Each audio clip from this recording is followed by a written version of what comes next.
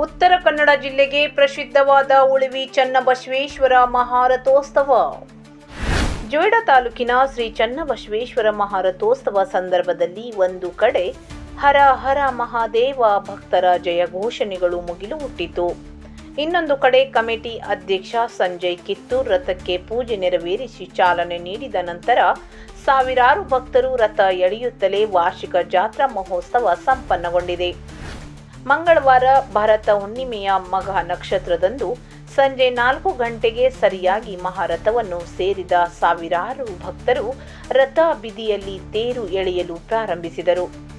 ಅಡ್ಕೇಶ್ವರ್ ಮಡ್ಕೇಶ್ವರ್ ಉಳಿವಿ ಚನ್ನಬಸವೇಶ್ವರ ಹರ ಹರ ಮಹಾದೇವ ಜಯ ಘೋಷಣೆಗಳು ಮುಗಿಲು ಮುಟ್ಟಿತು. ರಥದ ಹಗ್ಗ ಎಳೆದು ತಾನು ಪಾವನನಾದೆ ಎನ್ನುವ ಧನ್ಯತಾ ಭಾವ ಭಕ್ತರಲ್ಲಿ ಕಂಡುಬಂತು. ರಥ ಬೀದಿಯಲ್ಲಿ ಭಕ್ತರು ರಥ ಎಳೆಯುವ ದೃಶ್ಯ ಕಣ್ಣು ಕೊಕ್ಕುವಂತೆ ಮಾಡಿದೆ. ರಥ ಬೀದಿಯಲ್ಲಿ ವ್ಯಾಪಾರಸ್ಥರು ಇಲ್ಲದೆ ಖುಲ್ಲಾ, ಇದರಿಂದ ಯಾವುದೇ ತೊಂದರೆಯಾಗಿದ್ದು ಇರುವುದಿಲ್ಲ. ರಥಕ್ಕೆ ಉತ್ತಿತ್ತು ಬಾಳೆಹಣ್ಣು ಎಸೆದು ಭಕ್ತರು ಭಕ್ತಿ ಅರ್ಪಿಸಿದರು. ಉತ್ತರ ಕರ್ನಾಟಕದಿಂದ ಮಹಾರಾಷ್ಟ್ರ ಸೇರಿದಂತೆ ರಾಜ್ಯದ ಮೂಲೆ ಮೂಲೆಗಳಿಂದ ಭಕ್ತರು ಬಂದಿದ್ದರು.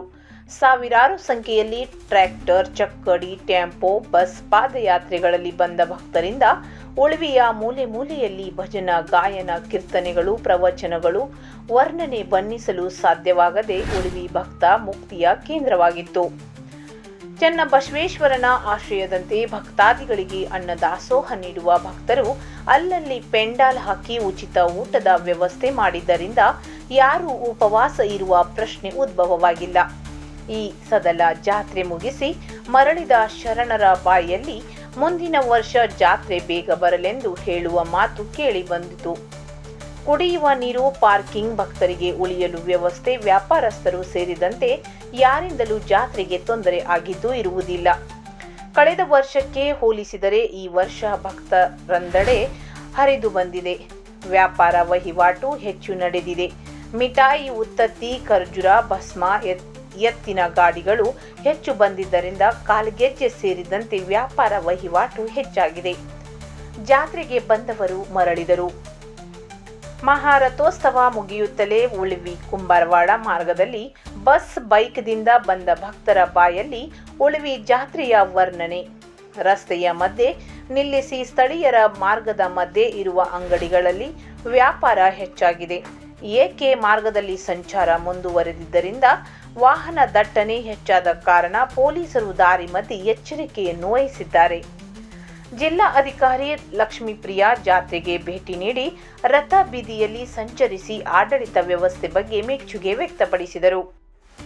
ದೇವಸ್ಥಾನ ಆಡಳಿತ ಸಮಿತಿ ಅಧ್ಯಕ್ಷ ಸಂಜಯ್ ಕಿತ್ತೂರ್, ಉಪಾಧ್ಯಕ್ಷ ಪ್ರಕಾಶ್ ಕಿತ್ತೂರ್, ಸದಸ್ಯರಾದ ಗಂಗಾಧರ್ ಕಿತ್ತೂರ್, ವೀರೇಶ್ ಕಂಬಳಿ, ಗ್ರಾಮ ಪಂಚಾಯತ್ ಅಧ್ಯಕ್ಷ ಮಂಜುನಾಥ್ ಮೀರಾಶಿ, ತಹಸೀಲ್ದಾರ್ ಮಂಜುನಾಥ್ ಮುನ್ನಳ್ಳಿ, ಇಒ ಭಾರತಿ ಎನ್ ಸೇರಿದಂತೆ ಅನೇಕ ಗಣ್ಯರು ಉಪಸ್ಥಿತರಿದ್ದರು. CPI Chandrashekhar Hariyar, PSI Mahesh Mali, crime PSI Mahadevi ಉತ್ತಮ ವ್ಯವಸ್ಥೆ ಕಲ್ಪಿಸಿದರು.